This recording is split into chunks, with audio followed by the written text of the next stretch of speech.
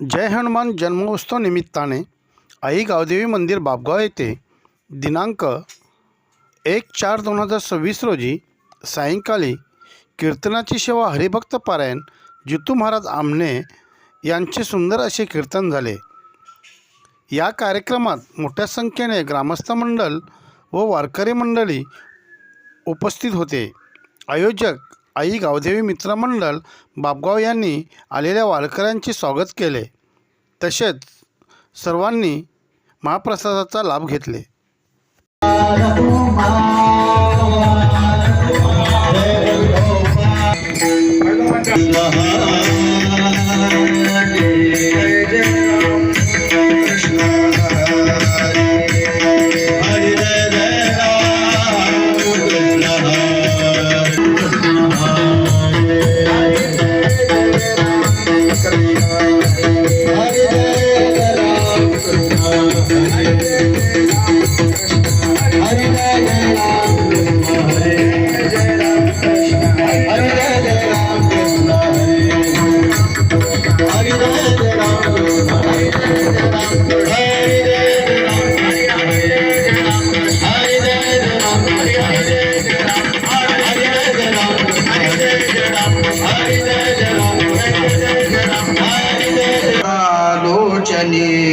सुख झाले हो साजनी, सुख झाले हो साजनी, सुख झाले हो साजनी, रूप पाहता लोचनी, सुख झाले हो साजनी, सुख झाले हो साजनी, सुख झाले हो साजनी, तुम्हारे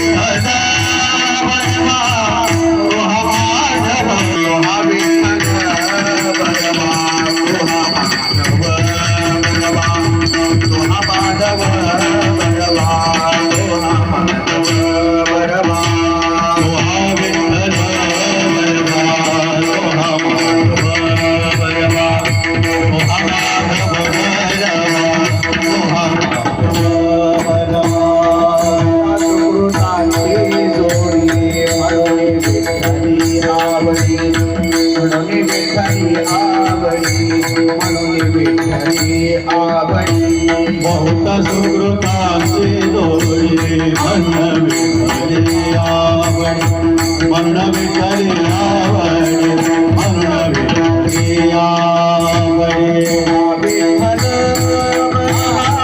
तुहा माधव परमा, तुहा विठ्ठल परमा, तुहा माधव परमा, तुहा विठ्ठल परमा,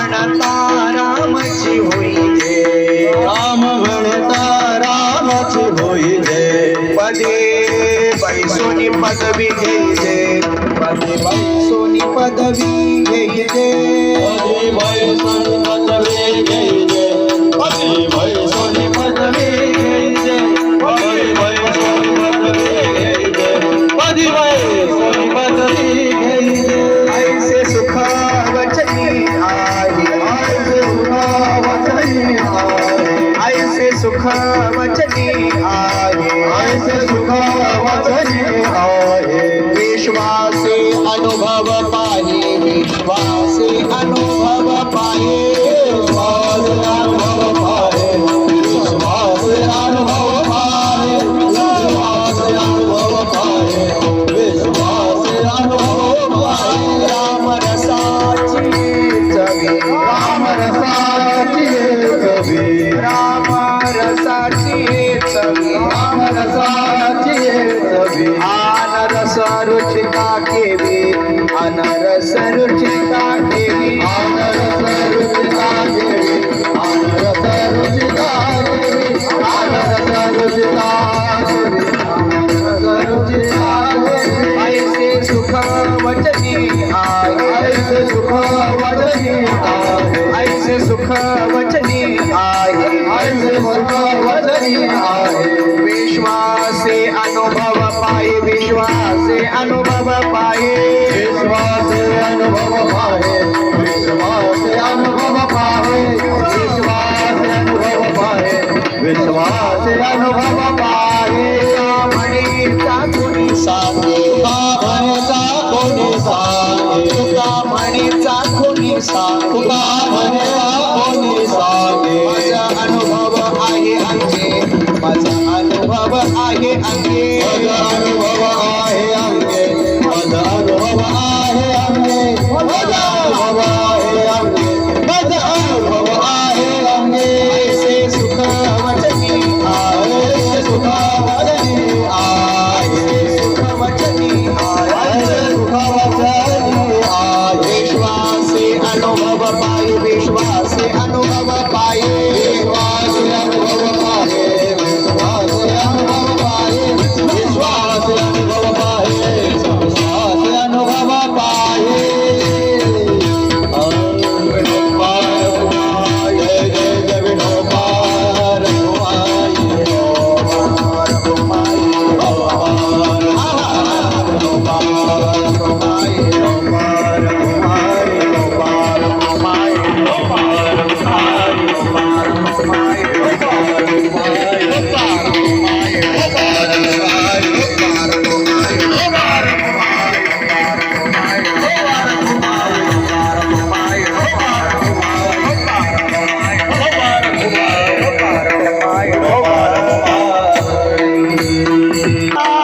रामची होई जय राम म्हणता रामची होई जय राम म्हणता राम म्हणता रामची होई जय राम म्हणता रामची होई जय राम म्हणता रामची होई जय पदी बैसोनी पदवी घेई जय पदी बैसोनी पदवी घेई जय ऐसे सुख वचनी आहे ऐसे सुख वचनी आहे पदवी बैसोनी पदवी घेई जय पदवी बैसोनी पदवी घेई जय ऐसे सुख वचनी आहे ऐसे सुख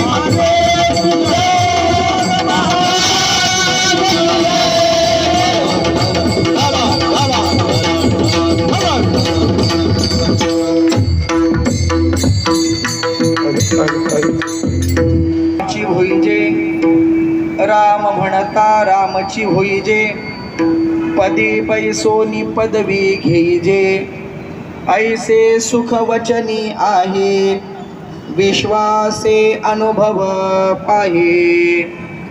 राम रसाची चवी, राम रसाची चवी, आन रस रुचिता केवी, ऐसे सुख वचनी आहे, विश्वासे अनुभव पाहे.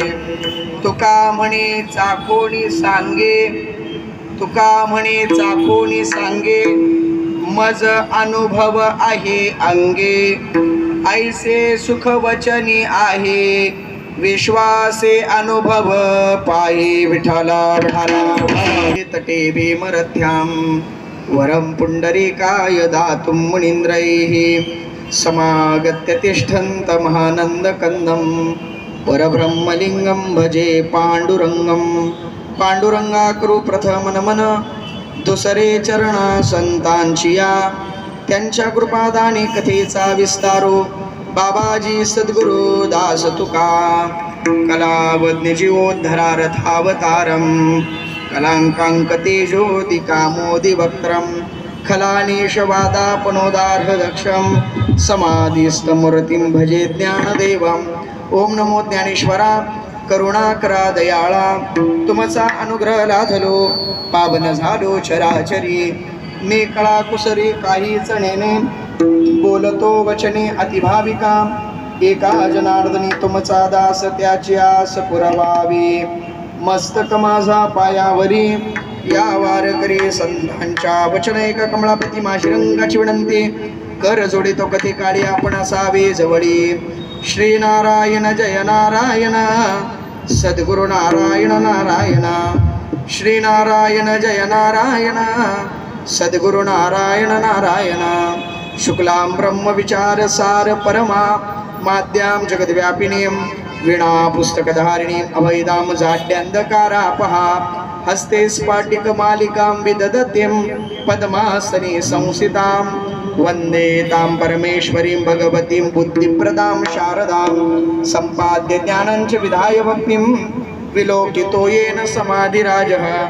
वैराग्यवन्तं सुविचारयुक्तं नमामि जोगम शिरसा गुरन्तं. विठला पदी बैसोनी पदवी घेईजे ऐसे सुखवचनी आहे विश्वासे अनुभव पाही. प्रस्तुत प्राप्त प्रसंगी प्राप्त स्थळी आपणा सर्वांच्या अंतःकरणामध्ये विराजमान असणाऱ्या सर्व व्यापक भगवान परमात्म्याच्या सेवेकरिता गायला गेलेला अभंग ज्ञानेशप्रिय श्रीमंत श्रेष्ठ श्री जगद्गुरु तुकोबाराय यांच्या पंचम वेद नाम गाथा आणि त्या गाथेमधील 4 चरणांचा अभंग असून आजच्या अभंगामध्ये श्री तुकोबाराय हे राम प्रभूंच्या सेवेमध्ये काय अनुभव आला तो अनुभव आजच्या अभंगामध्ये तुमच्या आमच्या समोर मांडतात. वक्त्याचे एक आद्य कर्तव्य आहे.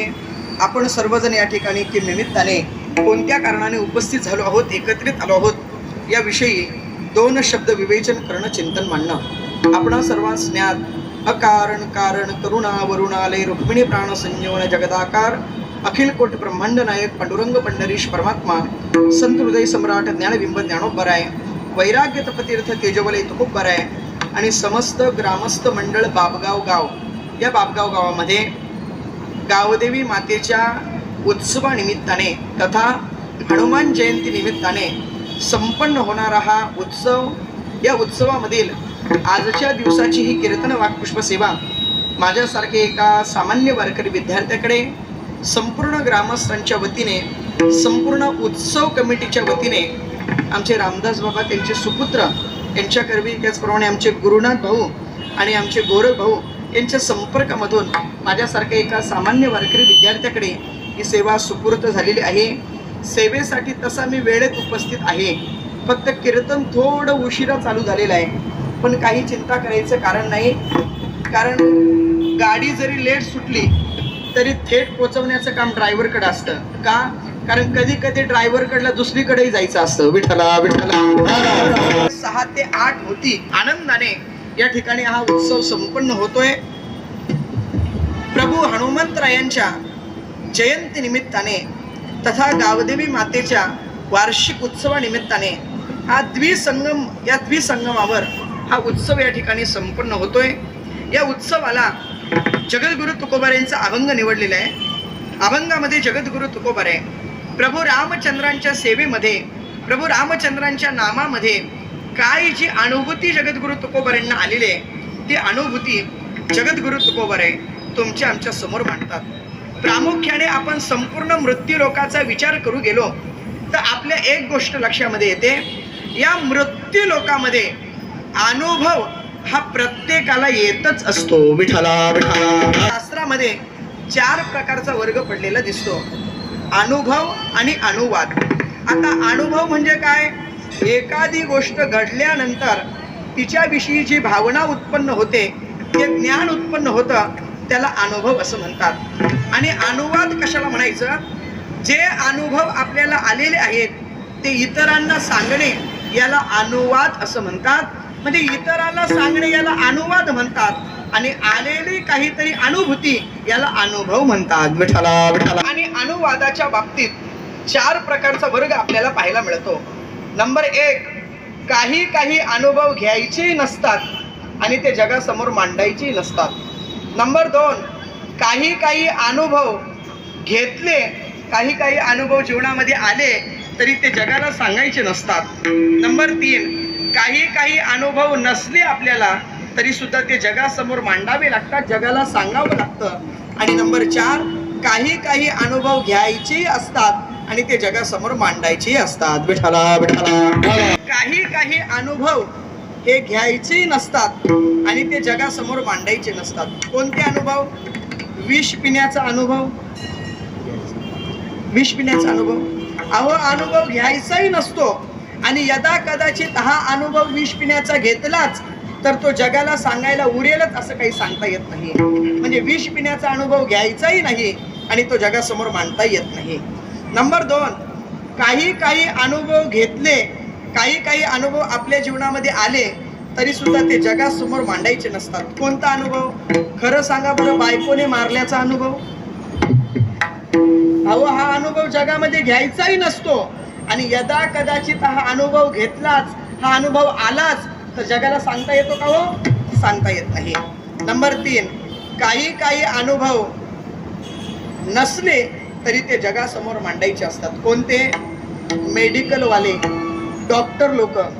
प्रत्येक गोळीचा अनुभव नसतो, प्रत्येक सिरप पिलेलं नसतो, प्रत्येक इंजेक्शन त्यांनी घेतलेलं नसतं, त्याचं फक्त त्यांना ज्ञान असतं, त्याचा त्यांना अनुभव नसतो. पण अनुभव जरी नसला तरी तो जगाला सांगावा लागतो पेशंट लोकांना. आणि 4था वर्ग असा आहे, तो अनुभव घ्यायचाही असतो आणि तो जगासमोर मांडायचाही देखील असतो. तो अनुभव कोणता असेल? परमार्थाविषयी आलेला अनुभव, श्री गुरूंच्या विषयी आलेला अनुभव, भगवंताविषयी आलेला अनुभव, संतांच्या विषयी आलेला अनुभव. हा अनुभव जीवनामध्ये घ्यायचाही असतो आणि तो जगासमोर मांडायचाही असतो. म्हणून जगद्गुरु तुकोबार यांनी आपल्या जीवनामध्ये रामप्रभूंची सेवा केली आणि रामप्रभूंची सेवा करत असताना रामप्रभूंच्या विषयी आलेला अनुभव स्वतःही घेतला आणि तो जगासमोर मांडला देखील अभंगाच्या शेवटच्या चरणात. कोण सांगे तुका कोण सांगे तुका कोण सांगे तुका कोण सांगे तुका कोण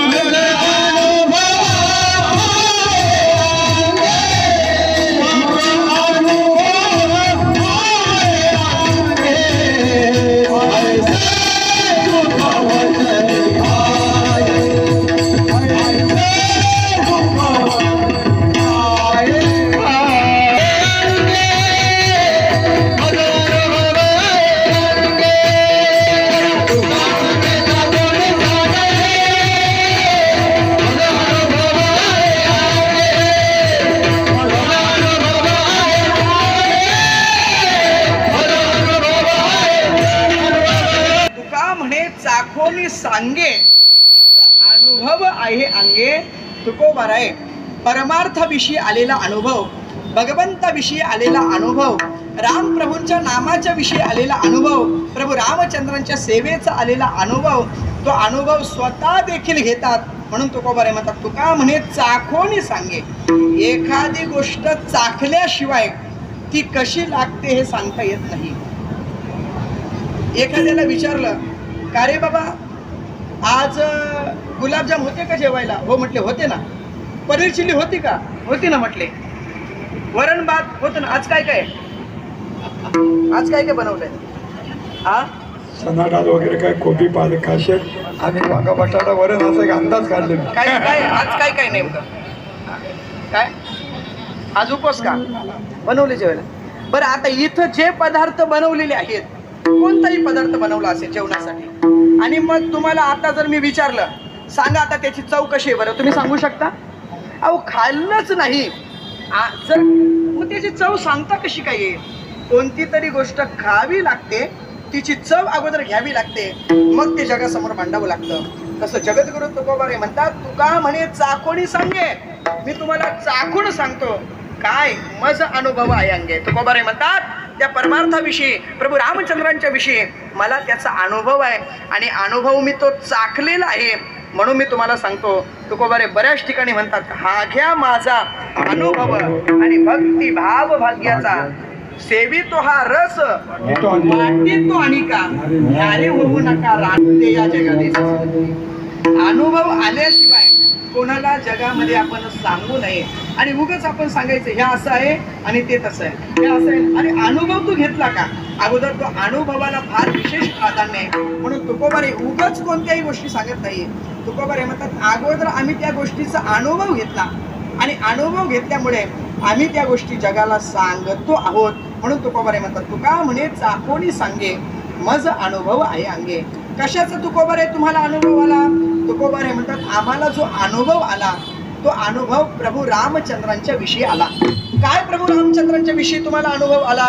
तुकोबारे म्हणतात, राम प्रभूंच्या विषयी असा अनुभव आला की ज्यांनी प्रभू रामचंद्रांची सेवा केली, ज्यांनी प्रभू रामचंद्रांची भक्ती केली, ते प्रभू रामचंद्रांपर्यंत पोहोचले, नवे जणू काही प्रभूच झाले. अशा अनेक गोष्टींची अनुभूती आम्हाला आलेली आहे. तुकोबाऱ्यांना विचारलं, सांगा तुकोबारे, असा तुमच्याकडे कोणता पुरावा आहे, असा कोणता तुमच्याकडे दाखला आहे की त्या दाखल्याने तुम्ही सांगू शकता की राम म्हणता रामची होईजे आणि पदी बैसोनी पदवी घेईजे, असं कोणतं बरं तुमच्याकडे अनुभवी जरा सांगू शकता का? त्यावेळेस तुकोबाऱ्यांनी सांगितलं, बाबांनो ऐका म्हटले, थोडं पुढं सरका बरं, इकडे महिला मंडळ कोणता तुमच्याकडे अनुभवी सांगा जरा. त्यावेळेस तुकोबारे म्हणतात, रामायणातील प्रसंग आहे. कोणता रामायणातील प्रसंग आहे? तुकोबारे म्हणतात, सीता शोध झाला. आता सीतामाई लंकेमध्ये आहे ते समजलं आणि लंकेमध्ये आहे समजल्यानंतर सीतामाईला लंकेतून पुन्हा इकडं आणायचं आहे. पण आता आणायचं कसं सीतामाईला? मग काय करायचं? म्हणून वानर सेनानी अनेक प्रयत्न केले, हनुमंतरायांनी बरेच प्रयत्न केले, पण प्रयत्नाने समज नाही नेमकं सीतामाईला इकडं कसं काय आणायचं. त्यावेळेस हनुमंतरायांनी वानर सेनाने असा विचार केला की आपण आता समुद्रामध्ये सेतू बांधू, पूल बांधू म्हटले. आणि मग सेतू बांधायला सुरुवात केली. वानर सेना मोठे दगड आणायचे, मोठे पर्वत आणायचे, समुद्रामध्ये फेकून द्यायचे. आता समुद्रामध्ये ते पर्वत दगड फेकले की ते बुडायचे. आता करायचं काय? हे तर तरले पाहिजेत, तरल्याशिवाय सेतू कसा काय बांधता येईल? मग आता करायचं काय? म्हणून वानर सेना काय करायची, प्रभू रामचंद्रांचं नाव त्या दगडावर लिहायचे. आता याच्यामध्ये सुद्धा वाद आहे बरं का. काय वाद आहे? काही संशोधकांचा असा वाद आहे की एका दगडावर राम नाव लिहिलं आणि काहींचं म्हणणं असं आहे 2 दगडावर राम नाव लिहिलं, म्हणजे एकावर रा लिहिलं आणि एकावर म लिहिलं, मग ते 2 दगड समुद्रामध्ये फेकले आणि तरले. एका दगडावर राम नाव लिहू द्या, नाही तर 2 दगडावर राम नाव लिहू द्या, दगड राम नामाने तरता हा आपला महत्व. श्रीराम नामे तारी रे पाषाण, श्रीराम नामे तारी रे पाषाण, श्रीराम नामे तारी रे पाषाण,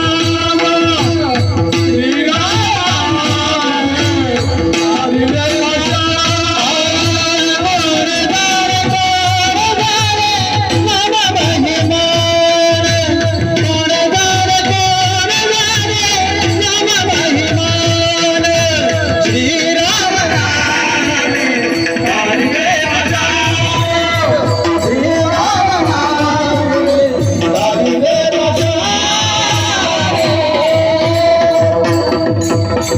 काय म्हणतात महाराज, श्रीराम नामे तारिले पाषाण, कोण जाणे नाम महिमान, नामाचा महिमा कोण जाणे, पण श्रीराम नामे तारिले पाषाण. प्रभू रामचंद्रांच्या नावाने दगड तरतात हा आपला महत्वाचा मुद्दा. मग वानर सेना काय करायची, दगडावर राम यायची, तो राम नामाचा दगड समुद्रामध्ये फेकायचे, फेकल्याबरोबर तो तरायचा. असा बराचसा सेतू बांधून झाला आणि बराचसा सेतू बांधून झाल्यानंतर तिथं प्रभू रामचंद्र आले. प्रभू रामचंद्रांनी पाहिलं, अरे समुद्रामध्ये वानर सेनाने सेतू बांधलेला होते, कसा काय सेतू बांधला म्हणून विचारपूस केली तर हनुमंतरायांनी सांगितलं, देवा तुमचं नाव दगडावर लिहायचं आणि तो दगड समुद्रामध्ये फेकायचा, तो दगड समुद्रामध्ये तरतो. प्रभूंनी असा विचार केला, अरे जर आपल्या नावाने जर दगड तरतो, मग आपण एखादा समुद्रामध्ये दगड टाकला तर का बरं तरणार नाही? ऐका, हनुमंतरायांनी वानर सेनानी प्रभू रामचंद्राच्या नावाने दगड तारलं, यात नवल नाही. दगड तारलेलं उदाहरण आपल्याकडे आहे. प्रसंग तोही सांगतो, ऐका. प्रसंग असा आहे, रावणाला समजलं की वानर सेना दगडावर राम नाव लिहितात, तो दगड समुद्रामध्ये फेकतात, तो दगड तरतो. तो रावण समुद्राच्या जवळ गेला आणि समुद्राच्या काठी गेल्यानंतर एक मोठा असा दगड घेतला आणि मोठा दगड घेतल्यानंतर तो दगड तोंडाजवळ आणला आणि तोंडाजवळ आणल्यानंतर तो दगड समुद्रामध्ये फेकून दिला.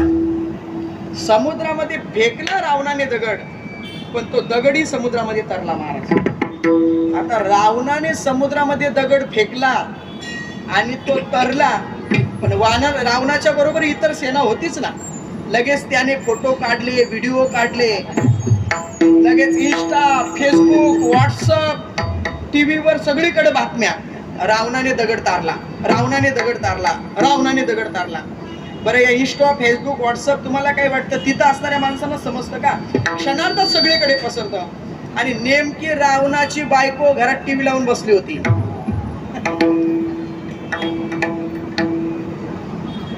ती म्हटली, कशाला लोक जातील ना कीर्तनाला, आपण कशाला गेलो पाहिजे?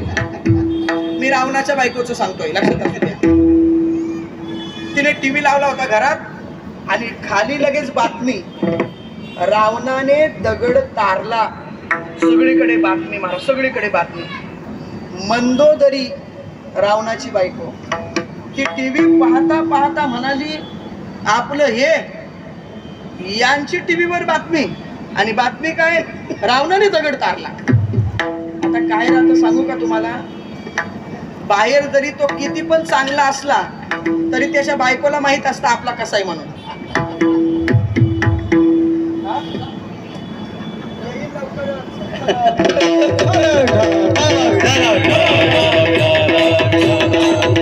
शक्यच नाही म्हटले, आपल्या यांच्या हातून दगड तरणारच नाही. पण बातमी तर खोटी नाकारता येत नाही. म्हणून रावण घरी आले. घरी आल्याबरोबर मंदोदरीने काय केलं? हातामध्ये पाणी दिलं, पाणी पिलं. का हो, मी तुमची बातमी ऐकली. म्हटले काय? तुम्ही दगड तारला? हो म्हटले, तारला ना दगड. बरं ठीक आहे. परत गेली, चहा बनवून आणला. घ्या चहा. चहा पिता पिता, का हो, मी तर तुमची बातमी ऐकली की तुम्ही दगड तारला. हो दगड तारला. खोटं आहे का म्हटले? बातमीला काही खोटं येईल का? म्हटले बरं बरं बरं बरं. लगेच नाश्ता बनवला, नाश्ता दिला. नाश्ता खाता खाता, का हो, बातमी तर ऐकली, मी टीव्हीला वाचली, सगळीकडे लोक सगळे जय जयकार तुमचा होतोय की तुमच्या हाताने दगड तरला. हो म्हटले, खोटं आहे का ते? खरंय. जेवायला दिलं. असं भरपूर वेळा विचारलं आणि शेवटी मंदोदरीने विचारलं, अहो जरी तुमच्या हाताने दगड तरलेला असला, सगळीकडे जरी बातमी असली, सगळीकडे जरी तुमचा जय जयकार असला, तरी मला शंका आहे की तुम्ही टाकलेला दगड तसा तरू शकत नाही. म्हटले, अगं म्हटले, वेडी आहेस का तू? अख्खं जग मला मानतंय, अख्खं जगाने माझं स्टेटसला फोटो ठेवल्यात आणि तू मानत नाही. ती म्हटली, काही असलं तरी मला वाटतंय तुम्ही दगड तारला नाही. अरे खरं दगड तारला? नाही नाही म्हटले, खरं सांगा. तुम्हाला शपथ आहे म्हटले माझी, जर मला खरं सांगितलं नाही तर बघा. रावणाने सांगितलं, अगं खरंच? नाही नाही नाही नाही, काहीतरी गडबड आहे म्हटले, खरं सांगा काय? रावणाने सांगितलं, मंदोदरी तुलाच सांगतो पण तू कोणाला सांगू नको. म्हटले, काय सांगितलं? तुलाच सांगतो पण तू कोणाला काही सांगू नको. म्हणजे कोणालाच सांगणार नाही, वचन वचन घेतलं. रावणाने सांगितलं, मंदोदरी खरं सांगू का? मी 4-5 दगड टाकली, पण 4-5 दगड टाकल्यानंतर माझ्या हाताने दगड तरली, बुडालीच. पण खरं सांगू, माझ्या हाताने दगड तरावा असं मला वाटत होतं, पण मी टाकलेली सगळीच दगड समुद्रामध्ये बुडायला लागली. पण माझ्या हातून दगड तरला पाहिजे असं मला वाटत होतं, म्हणून मी एक दगड मोठा घेतला, स्वतःच्या तोंडाच्या जवळ आणला आणि त्या दगडाला सांगितलं, बघ आता जर तू तरला नाही तर तुला रामाची शपथ आहे. आणि मग तो दगड समुद्रामध्ये टाकला. रामाची शपथ त्या दगडाला दिली म्हणून तो दगड तरला. विठ्ठला विठ्ठला. कसं काय दगड तरले सांगा बरं. सगळ्यांनी सांगितलं तुमचं नाव लिहिलं, दगड समुद्रामध्ये टाकला, तो तरला. प्रभूंनी असा विचार केला, जर माझ्या नावाने दगड तरतात तर मी टाकलेलं एखादा दगड का बरं तरणार नाही. म्हणून प्रभू रामचंद्राने विचार केला, आपण एखादं दगड टाकायचं. म्हणून थोडे असे बाजूला गेले, एक दगड उचलणार. तेवढ्यात लक्षात आलं दगड टाकू, पण दगड जर बुडाला तर आपला अपमान होईल. मग काय करायचं आता. काय नाही म्हटले, जरा बाजूला जाऊ. अजून लांब गेले आणि लांब गेल्यानंतर काय झालं, प्रभूंनी एक मोठा दगड घेतला आणि दगड घेतल्यानंतर तो समुद्रामध्ये फेकला. समुद्रामध्ये प्रभूंनी दगड टाकला, रामप्रभूंनी, पण तो बुडाला. प्रभूंनी असा विचार केला, कदाचित हा मोठा दगड असेल. अजून छोटा दगड घेतला, तोही टाकला. अजून छोटा घेतला, तोही टाकला. 4-5 दगड टाकली, पण 4च्या 4 दगड समुद्रामध्ये बुडाली. प्रभूंनी असा विचार केला, आपल्या नावाने दगड तारतात, पण आपण टाकलेला दगड का बरं तरत नाही. म्हणजे जाऊ द्या, बुडाली तर बुडाली सगळी दगड. आता याच्यामध्ये एक गोड भाव सांगतो ऐका. अहो, प्रभू रामचंद्रांनी देवानी ज्याला सोडलं, देवानी ज्याला फेकलं, देवानी ज्याला टाकलं, तो कसा तरेल. विठ्ठला विठ्ठला. तो अगोदर हे बघत नाही आपल्या किती लागलं, पण तो अगोदर हे पाहतो आपल्याला कोणी पाहिलं तर नाही ना. तसं प्रभू रामचंद्रांना वाटलं दगड बुडाली तर बुडू द्या, पण आपल्याला कोणी पाहिलं तर नाही ना. म्हणून मागे वळून पाहिलं तर मागे हनुमंतराय हात जोडून उभे होते. हनुमंतराय हात जोडून उभे असताना प्रभू रामचंद्राने विचारलं, का रे हनुमंता, कधी आला इथं. हनुमंतराय म्हणाले, देवा पहिल्याच दगडाला आलो म्हटल्याबरोबर प्रभू रामचंद्र आईस्क्रीम सारखे गारच झाले. पण तरी सुद्धा प्रभू रामचंद्राने विचारलं, का रे हनुमंता, माझं नाव तुम्ही दगडावर टाकता, तो दगड समुद्रामध्ये फेकता, तो दगड तरतो, मग मी टाकलेला दगड का बरं समुद्रामध्ये तरत नाही. त्यावेळेस प्रभू रामचंद्रांना हनुमंतरायांना सांगितलं, तेव्हा खरं सांगू म्हणले, तुझ्या नामाचा महिमा तुझं ना कळे मेघ श्यामा, उदकी तारीने पाषाण आणि हे महिमान नामाचे. प्रभू रामचंद्र देवा, तुमच्या नामाचा महिमा काय सांगू म्हटले. तुमचं नाव जो पण घेतो तो नाव घेतल्यानंतर तरतो. महाराज, प्रभू रामचंद्रांच्या नावाने दगड तरली, आणि ती नुसतं दगड तरली यात नवल नाही, अजून सुद्धा बऱ्याच ठिकाणी आपण अशी पाहतो की ती पाण्यावरली तरलेली दगड आपल्याला पाहायला मिळतात. याचं कारण काय. याचं फक्त एवढंच कारण आहे, तुम्ही राम म्हणा. राम म्हटल्याबरोबर तुम्ही रामासारखेच होता. अभंगाच्या पहिल्या राम म्हणता रामाची होई गे, राम म्हणता रामाची होई गे, राम म्हणता रामाची होई गे, राम म्हणता रामाची होई गे, राम म्हणता रामाची होई गे, राम म्हणता रामाची होई गे, राम म्हणता रामाची होई गे, राम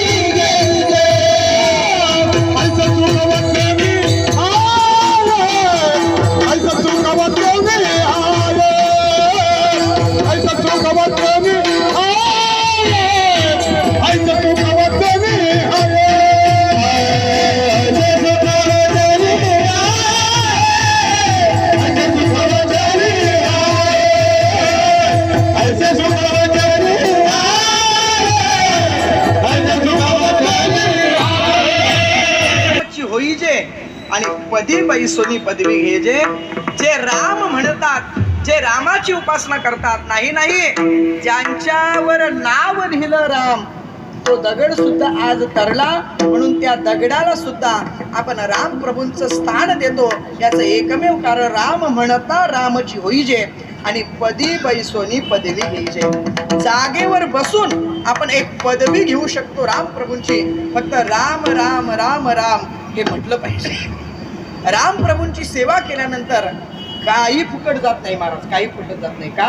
कारण प्रभू रामचंद्र असे आहेत की त्यांची उपासना केल्यानंतर, त्यांची सेवा केल्यानंतर, त्यांचं नामचिंतन केल्यानंतर प्रभू आपल्याला तारल्याशिवाय राहत नाही. रामायणामध्ये एक गोड भजन गायलेलं आहे. तारा हे सारा जमाना प्रभु हमको भी तारो. तारा हे सारा जमाना प्रभु हमको भी तारो. म्हणा, तारा है सारा जमाना हमको भी तारो. तारा है सारा जमाना प्रभु हमको भी तारो. तारा हे सारा जमाना प्रभु हमको भी तारो. तारा हे सारा जमाना प्रभु हमको भी तारो. तारा है सारा जमाना प्रभु हमको भी तारो. तारा है सारा जमाना प्रभु हमको भी तारो. हमको भी तारो प्रभु हमको भी तारो. हमको भी तारो प्रभु हमको भी तारो. हमको भी तारो प्रभु हमको भी तारो. हमको भी तारो प्रभु हमको भी तारो.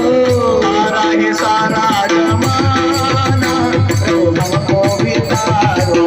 तारा हे सारा जमाना प्रभु हमको भी तारो. तारा है सारा जमाना प्रभु हमको भी तारो. तारा है सारा जमाना प्रभु हमको भी तारो. हमने सुना है तूने शबरी को तारा. सुना है तूने सबरी को तारा. हमने सुना है तूने शबरी को तारा. हमने सुना है तूने सबरी को तारा. शबरी को तारा तूने शबरी को तारा. सबरी को तारा तूने सबरी को तारा. शबरी को तारा तूने शबरी को तारा. सबरी को तारा तूने सबरी को तारा. रोना करके बहाना हमको भी तारो. तारा हे सारा जमाना हमको भी तारो. तारा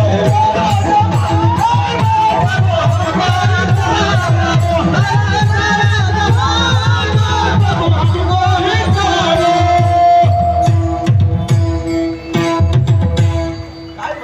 प्रभू हमको भी तारो. शबरी मातेला तुम्ही तारलं का? शबरी मातेने तुमची उपासना केली. पण महाराज खरं सांगू म्हटले, शबरी मातेने जरी तुमची उपासना केली असली परंतु त्यांना तारायचं असल्या कारणामुळे तुम्ही त्यांच्या जवळ आलात, त्यांची बोरं खाल्लीत आणि बेरो का करके बहाना, हा फक्त तुम्ही बहाना केला. पण शबरी मातेला तुम्ही तारला. हमने सुना है तूने केवट को तारा. केवट को तारा तूने केवट को तारा. कारण काय? नाव का करके बहाना प्रभू हमको भी तारो. फक्त केवटला तारत असताना बहाना तुम्ही नावेचा केला. पण प्रभू तुम्ही त्यांना तारलं का? त्यांनी तुमची उपासना केली. हमने सुना है तूने अहिल्या को तारा. हमने सुना है तूने अहिल्या को तारा. अहिल्या को तारा तूने अहिल्या को तारा. पत्थर का करके बहाना प्रभु हमको भी तारो. तारा है सारा जमाना प्रभु हमको भी तारो. प्रभू तुम्ही अहिल्याला तारलं. कारण काय केलं? फक्त पत्थर दगडाचा बहाणा केला आणि तुम्ही त्यांना तारलं. तसं प्रभू रामचंद्र देवा तुम्ही आम्हालाही तारणा का? आम्ही तुमची उपासना करतो, आम्ही तुमची सेवा करतो. मग तारणं म्हणजे नेमकं काय?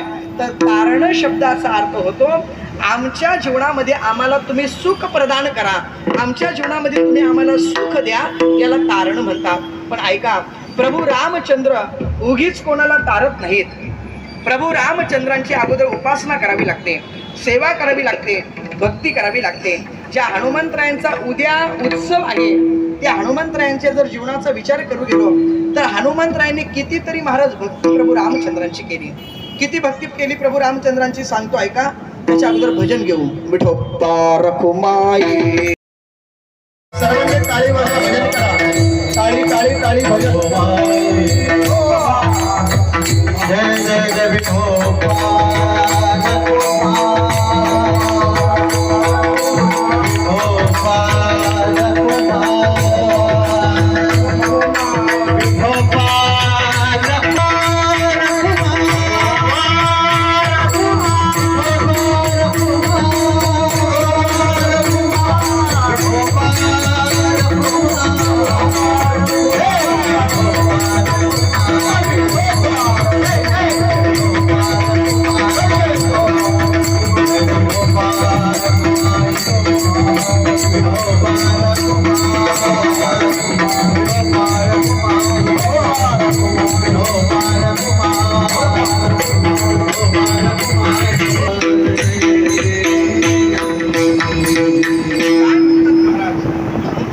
हनुमंतरायांच्या जीवनातील प्रसंग आहे. का हनुमंतरायांच्या जीवनातील प्रसंग आहे? हनुमंतरायांनी प्रभू रामचंद्रांची किती सेवा केली ऐका. भागवतामध्ये एकूण 9 प्रकारच्या भक्त्या सांगितलेल्या आहेत. श्रवणम, कीर्तनम, विष्णुस्तुती कोणती असेल तर त्यातल्या त्या सगळ्यात अवघड भक्ती आहे दास्य नावाची भक्ती. दास्य शब्दाचा अर्थ होतो दास, सेवक, नोकर. त्याने मालकाची सेवा करणं दास्य भक्ती. हनुमंतरायांनी सगळ्यात अवघड असणारी भक्ती दास्य नावाची भक्ती, ही दास्य नावाची भक्ती हनुमंतरायांनी केली. प्रसंग असा आहे, कोणतंही काम करायचं म्हटल्यानंतर प्रभू रामचंद्रांना ते काम हनुमंतरायांनाच सांगायचे. हनुमंतरायांनाच काम सांगायचे, इतर कोणत्याच वानरांना काम सांगत नव्हते. वानर सेनांनी असा विचार केला, अरे कोणतंही काम पडलं की हनुमंतरायांनाच प्रभू रामचंद्र सांगतात, आम्हाला एकही काम सांगत नाही. म्हटले कोणतं तरी काम आम्हाला प्रभू रामचंद्रांनी सांगितलं पाहिजे ना. पण कोणतंच काम सांगत नव्हते, सगळे कामं हनुमंतरायांना सांगायचे. वानर सेनांनी असा विचार केला, आपणही प्रभूंची कोणती तरी कामं केली पाहिजेत. म्हणून हनुमंतराय काहीतरी कामानिमित्ताने निघून गेले होते. तिथे सगळी वानर सेना आली आणि प्रभू रामचंद्रांना सांगितलं, देवा अहो कोणतंही काम पडल्यानंतर ते तुम्ही हनुमंतरायांना सांगतात, आम्हालाही कोणतं तरी कधीतरी काम सांगत जाणार, आम्ही तुमची कामं करू ना. हनुमंतराय बाहेर गेले होते. प्रभू रामचंद्रांनी वानर सेनेला सांगितलं, बघा एक हनुमंतराय सगळे कामं यथासांग पूर्ण करतो, त्यामुळे तुम्हाला सांगायचं काही कारण उरत नाही. पण नाही ना म्हटलं, आम्हाला तुमची सेवा करायची आहे, कोणतं तरी काम तुम्ही आम्हाला सांगत जा. प्रभू रामचंद्रांनी सांगितलं, बघा तुम्हाला नेमकं कोणतं काम येते मला माहिती नाही. तुम्हाला गाता येतंय का तुम्हाला वाजवता येते आम्हाला काही माहिती नाही. तुम्हाला जे काम येतं ती कामं तुमची तुम्ही वाटून घ्या. सगळ्या वानर सेनानी एक एक एक एक एक एक एक एक काम वाटून घेतलं आणि काम वाटून घेतल्यानंतर आपापली कामं करायला निघून गेले. थोड्या वेळाने तिथं हनुमंतराय आले. हनुमंतराय थोडा वेळ बसले. त्यांना वाटलं आता प्रभू मला कोणतं तरी काम सांगतील. पण प्रभू रामचंद्रांनी एकही काम हनुमंतरायांना सांगितलं नाही. 1 तास झाला, 2 तास झाले, 3 तास झाले, 1 दिवस झाला, 2 दिवस झाले, 3 दिवस, 4 दिवस झाले, पण हनुमंतरायांना प्रभू रामचंद्रांनी एकही काम सांगितलं नाही. हनुमंतरायांनी विचार केला, प्रभू आपल्याला एकही काम सांगत नाही, आपल्यावर रागवलेत की काय, आपण जरा विचारावं. म्हणून हनुमंतराय प्रभू रामचंद्रांच्या जवळ गेले. प्रभूंना हात जोडले आणि सांगितलं, प्रभू अहो दररोज मला तुम्ही कोणतं ना कोणतं काम सांगताय, पण आज 4 दिवस झाले तुम्ही मला एकही काम सांगितलं नाही. म्हटले काही कारण आहे का? प्रभू रामचंद्र म्हणाले, अरे हनुमंत, सगळ्या वानरांनी एक एक एक एक काम वाटून घेतलेलं आहे, आता तुला कोणतंच काम शिल्लक राहिलं नाही, तर काम तरी काय सांगू. म्हटले प्रभू बघा ना, एक तरी कोणतं तरी काम शिल्लक असेल तेवढं मला सांगा. हनुमंतरायांना प्रभू रामचंद्राने सांगितलं, अरे बाबा एकही काम शिल्लक राहिलं नाही. म्हटले नक्की हो? म्हटले नक्की. हनुमंतराय म्हटले, देवा सगळ्यांनी जरी सगळी कामं वाटून घेतलेली असली तरी एक काम कोणीच वाटून घेतलं नसेल, कोणीच नसेल. प्रभू म्हटले, अरे असं कोणतं, सगळेच कामं वाटून घेतलेली आहेत. म्हटले कोणती कामच राहिलं नाही म्हटले शिल्लक. हनुमंतराय प्रभू रामचंद्रांना विचारतात, देवा खरं सांगा, सगळ्यांनी जरी सगळी कामं वाटून घेतलेली असली तरी देवा खरं सांगा, तुम्हाला जांभई आल्यानंतर चुटकी वाजवायचं काम नेमकं कोणत्या वानराने घेतले सांगा. काय सांगितलं? सगळ्यांनी जरी सगळी कामं वाटून घेतलेली असली तरी तुम्हाला चुटकी वाजवल्या विठ्ठला विठ्ठला. हे काम तर म्हटले कोणीच वाटून नाही घेतलं. म्हटले देवा एवढं काम शिल्लक आहे ना, मग आता काय? हनुमंतराय म्हणाले देवा हे काम आपण करणार म्हटले.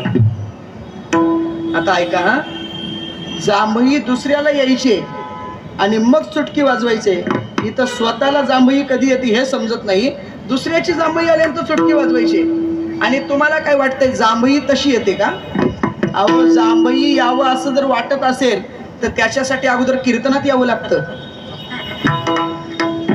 कीर्तनात आल्याशिवाय जांभई येतच नाही. हनुमंतराय म्हणाले देवा एवढं काम आपण करणार म्हटलं. आणि हनुमंतरायांनी प्रभू रामचंद्रांना जेव्हा जेव्हा जांभई यायची त्या वेळेस चुटकी वाजवायचं काम केलं. दुसऱ्याला जांभई यावं आणि चुटकी वाजवायचं किती दक्ष राहावं लागत असेल, किती प्रभूंजवळ राहावं लागत असेल, किती प्रभूंवर लक्ष ठेवावं लागत असेल. आणि अशी असणारी दास्य नावाची भक्ती प्रभू रामचंद्रांची हनुमंतरायांनी केली असल्या कारणामुळे संत मंडळी त्याचं वर्णन करतात. दास्यत्व निकट हनुमंते पैके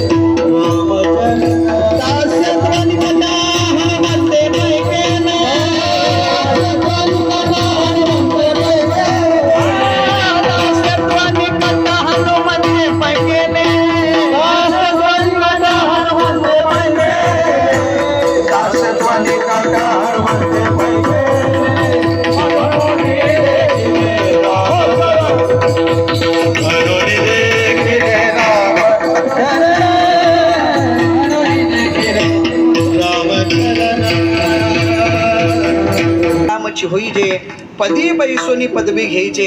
याच्याने मिळतं काय महाराज? तुम्ही जे सुख म्हणता ना ते सुख याच्याने मिळतंय. दुसऱ्याच्या ऐसे सुख वचनी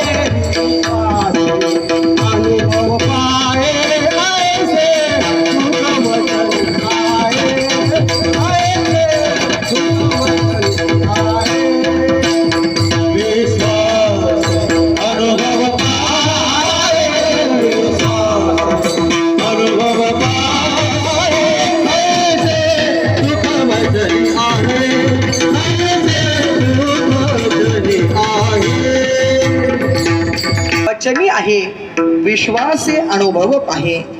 वचनामध्ये सुख आहे, विश्वासे अनुभव पाहे. या विश्वाचे अनुभव पाहण्यासाठी आपल्या जीवनामध्ये आपल्याला प्रभू रामचंद्रांची सेवा करावी लागेल. म्हणून तुकोबारे म्हणतात ऐसे सुख वचनी आहे विश्वासे अनुभव पाहे. मग त्याच प्रभू रामचंद्रांच्या नामाचा जो रस आहे तो रस सेवन करत असताना तुकोबारे म्हणतात राम रसाची चवी आन रस रुचिता केवी. अहो एक प्रभू रामचंद्रांची सेवा करायला लागलो, प्रभू रामचंद्रांचं भजन गायला लागलो की हे रस एकदा का आपण घेतलं की दुसरं रस घेण्याची आपल्याला इच्छाच उरत नाही. एवढं राम रसाची चवी. आणि प्रभू रामचंद्रांनी विचार केला आता सगळ्यांचे सत्कार करायचे म्हटले. आता सत्कार करायचे म्हणून यादी तयार करायला घेतली प्रभू रामचंद्रांनी. सगळ्यांची नावं यादीमध्ये लिहिली पण हनुमंतरायांचं नाव कुठंच लिहिलं नाही. सीतामाईने आदल्या दिवशी ती यादी वाचली की हनुमंतरायांचं नाव कुठंच दिसत नाही, वरती नाही, खाली नाही, कुठं तरी मध्ये तरी कुठंच नाव नाही. दुसरा दिवस उजाडला, सत्कार समारंभही आता सांग पूर्ण झाला. तसं तर सीतामाईला असं वाटत होतं ज्या अर्थी हनुमंतरायांचं नाव रामप्रभूंनी यादीत लिहिलं नाही, म्हणजे हनुमंतरायांचा सत्कार देवाला विशेष पद्धतीने करायचा असेल म्हणून कदाचित नाव लिहिलेलं नसेल. पण सत्कारही पूर्ण झाला, सगळं काही कार्य पूर्ण झालं, सेवा संपली सगळी. आणि मग सीतामाईंनी प्रभू रामचंद्रांना विचारलं, देवा अहो तुम्ही सगळ्यांचा सत्कार केला खरंय, पण मला लंकेतून इथपर्यंत आणण्यासाठी सगळ्यात जास्त महत्वाची जबाबदारी, सगळ्यात महत्वाचं कार्य कोणी केलं असेल तर ते हनुमंतरायांनी केलेले आहे. मग त्या हनुमंतरायांना तुम्ही काहीच दिलं नाही, त्यांचा तुम्ही सत्कारच केला नाही. अहो नाही एखादी ट्रॉफी, पण कमीत कमी शाल श्रीफळ तर द्यायला पाहिजे होतं की नाही, काहीतरी तुम्ही द्यायला पाहिजे होतं ना. तुम्ही हनुमंतराचं नाव देखील घेतलं नाही म्हटले, हे योग्य तुम्ही केलं नाही. रामप्रभू म्हणाले, अगं सीते मलाही कळतंय की हनुमंतरांचा सत्कार केला पाहिजे, पण हनुमंतरांचा सत्कार करण्यासाठी माझ्याजवळ एवढी मोठी वस्तूच नाही की मी हनुमंतरांचा सत्कार करू शकतो. सीतामाई म्हणाले, अशा का? मग ठीक आहे म्हटले. सीतामाईने आपल्या गळ्यातील नवरत्नांचा हार काढला. नवरत्नांचा म्हणजे एक एक रत्न पृथ्वी मोलाचा आहे. तो नवरत्नांचा हार काढला आणि हनुमंतरायांचा जाऊन सीतामाईने सत्कार केला. त्यांच्या गळ्यात तो हार घातला. हार घातला, हनुमंतरायांनी उडी मारली, जाऊन एका झाडावर बसले आणि झाडावर बसल्यानंतर ती गळ्यातील जी माळ होती ती माळ बाहेर काढली. माळ बाहेर काढल्यानंतर त्याच्यातला एक एक मणी बाहेर काढायचा, दाताने फोडायचा आणि तो मणी जमिनीवर फेकून द्यायचा. मणी काढायचा, दाताने फोडायचा, जमिनीवर फेकून द्यायचा. मणी काढायचा, दाताने फोडायचा, फेकून द्यायचा. सीतामाईने लांबून पाहिलं, अरे आपण जो नवरत्नांचा हार हनुमंतरायांना दिलेला आहे, हनुमंतरायांनी तोच हार गळ्यातून काढलेला आहे. एक एक मणी बाहेर काढतायत, फोडतायत तोंडाने आणि फेकून देत आहेत. शेवटी म्हटले, वानर ते वानरच म्हटले, यांना काय करणार म्हटले. सीतामाई अशा जवळ गेल्या आणि हनुमंतरायांना सांगितलं, अहो हनुमंतराया, तुम्हाला मी जो नवरत्नांचा हार दिलेला आहे त्या हाराची तुम्हाला काही किंमत आहे का म्हटले.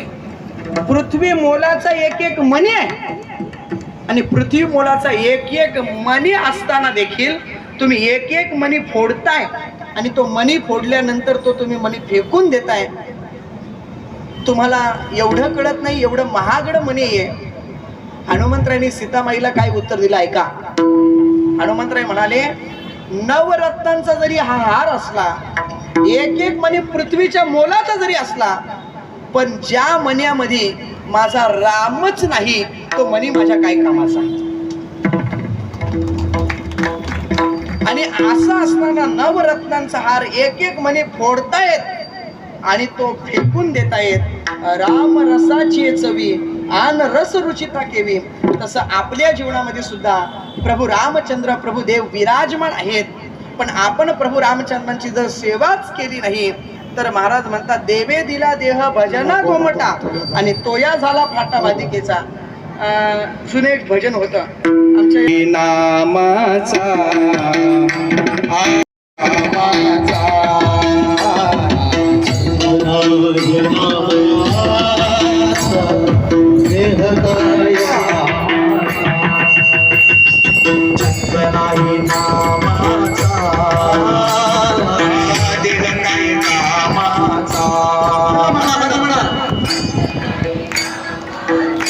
जोरात जोरात जरा जेवायला या.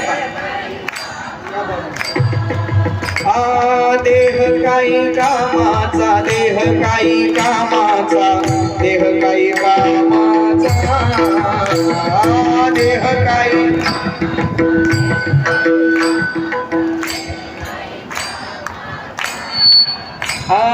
देह काही कामाचा, देह काही कामाचा, देह काही कामाचा.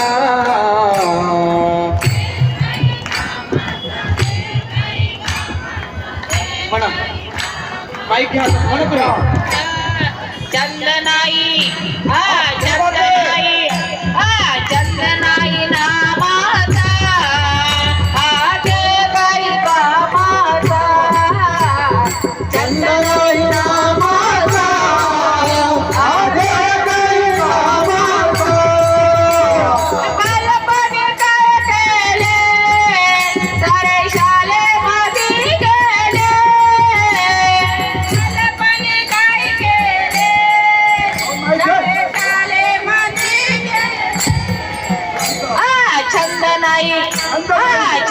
नाही छंद नाही नामाचा आदे काही कामाचा छंद नाही